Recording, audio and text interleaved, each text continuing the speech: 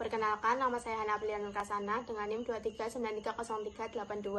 Di sini saya akan mempresentasikan penelitian saya yang berjudul Pengaruh Kesadaran Wajib Pajak, Sanksi Pajak, dan Kualitas Pelayanan Pajak terhadap Kepatuhan Wajib Pajak Badan di Kota Surabaya.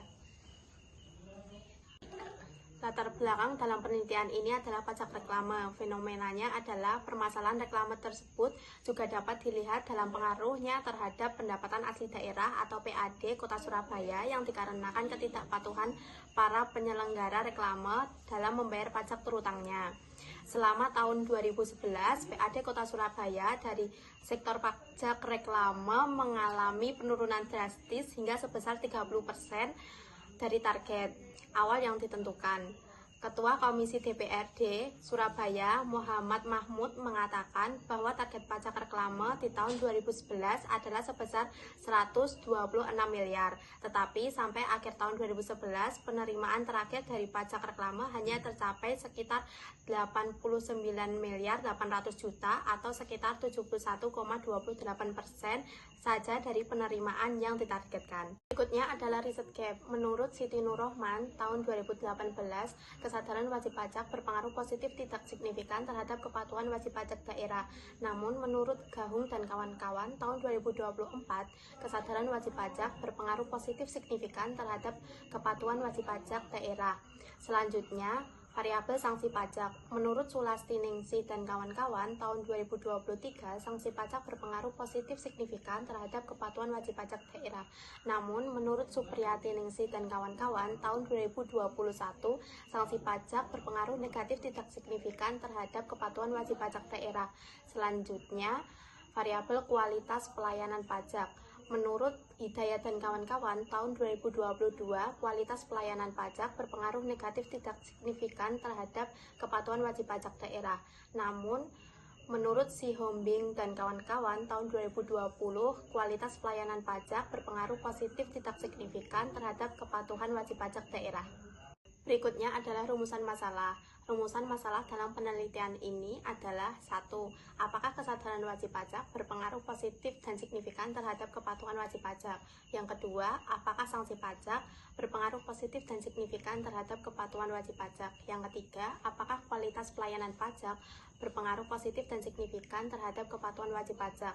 Yang keempat, apakah kesadaran wajib pajak, sanksi pajak, dan kualitas pelayanan pajak secara simultan berpengaruh positif dan signifikan terhadap kepatuhan wajib pajak? Penelitian ini memiliki manfaat. Yang pertama yaitu manfaat teoritis. Hasil penelitian ini dapat menjadi referensi tambahan bagi peneliti selanjutnya untuk memahami konteks kepatuhan wajib pajak daerah di Kota Surabaya dan memberikan kontribusi bagi pengembangan teori tentang faktor-faktor yang mempengaruhi perilaku kepatuhan wajib pajak. Yang kedua yaitu manfaat praktis yang terdiri dari 1. Bagi mahasiswa.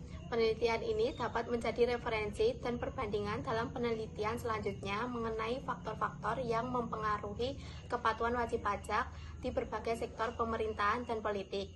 Yang kedua yaitu bagi pemerintah. Hasil penelitian ini dapat digunakan sebagai bahan evaluasi dalam menyusun kebijakan pajak yang lebih efektif, terutama dalam mengawasi pajak daerah agar tidak menyalahgunakan celah peraturan. Landasan teori untuk penelitian ini adalah teori atribusi. Teori atribusi adalah suatu teori dalam psikologi sosial yang menjelaskan bagaimana individu menafsirkan dan memberikan alasan-alasan atas penyebab perilaku sendiri maupun perilaku orang lain. Teori ini mempelajari proses seseorang dalam mencari penyebab dari suatu kejadian atau tindakan. Variabel dalam penelitian ini terdiri dari kesadaran wajib pajak, sanksi pajak, kualitas pelayanan pajak, dan kepatuhan wajib pajak. Berikutnya adalah kerangka konseptual. Dalam penelitian ini terdapat 3 variabel independen, yaitu kesadaran wajib pajak sebagai X1, sanksi pajak sebagai X2, dan kualitas pelayanan pajak sebagai X3. Dan variabel dependen yaitu kepatuhan wajib pajak sebagai Y. Hipotesis 1, X1 berpengaruh positif dan signifikan terhadap Y. Hipotesis 2, X2 berpengaruh positif dan signifikan terhadap Y. Hipotesis 3, X3 berpengaruh positif dan signifikan terhadap Y. Hipotesis 4, X1 X2 dan X3 secara simultan berpengaruh positif signifikan terhadap Y. Berikutnya adalah populasi. Populasi dalam penelitian ini adalah seluruh wajib pajak badan yang terdaftar pada kantor pemerintah kota di Surabaya selama periode tahun pajak tertentu. Wajib pajak yang dimaksud adalah perseroan terbatas atau PT. Selanjutnya adalah sampel. Sampel yaitu sejumlah individu yang dipilih dari populasi dan menggunakan bagian yang mewakili keseluruhan anggota populasi. Sampel dalam penelitian ini menggunakan teknik sampling berdasarkan kemudahan, yaitu pemilihan responden berdasarkan kemudahan akses, ketersediaan, dan kesediaan wajib pajak badan. Penentuan dalam penelitian ini menggunakan rumus Lovin dengan jumlah populasi badan di kota Surabaya sebanyak 43.239 dan tingkat kesalahan 10%, maka jumlah sampel yang digunakan dalam penelitian ini sebanyak 100 pelaku wajib pajak badan di kota Surabaya. Berikutnya adalah definisi operasional variabel. Variabel kesadaran wajib pajak memiliki indikator 1. Pengetahuan atas kewajiban perpajakan yang berlaku. Yang kedua, kesediaan membayar pajak yang bersumber dari Hadi dan Lestari tahun 2022. Yang kedua, yaitu variabel sanksi pajak yang memiliki indikator kejelasan aturan saksi pajak yang bersumber dari Krismanu tahun 2017. Selanjutnya, yaitu variabel kualitas pelayanan pajak yang memiliki indikator 1. Kepuasan terhadap pelayanan administrasi. Yang kedua, yaitu kecepatan dan akurasi pelayanan yang bersumber dari Gasring tahun 2007.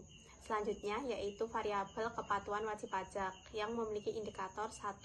Ketepatan jumlah pajak yang dibayar. Yang kedua, kepatuhan terhadap aturan dan prosedur administrasi pajak yang bersumber dari Suyanto tahun 2015. Selanjutnya adalah metode analisis data. Dalam penelitian ini menggunakan metode regresi berganda dengan bantuan aplikasi SPSS. Analisis ini dilakukan dengan menggunakan beberapa tahapan, diantaranya uji validitas, uji reliabilitas, analisis statistik deskriptif, uji asumsi klasik, uji normalitas, uji multikolinearitas, uji heteroskedastisitas, analisis regresi berganda, uji T, uji F,